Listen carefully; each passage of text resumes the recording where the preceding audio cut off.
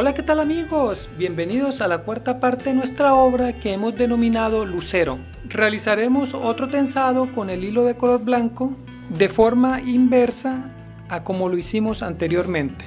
Ataremos el hilo en este clavo y realizaremos líneas paralelas a través de todo el rombo para toda la figura. Veamos el procedimiento.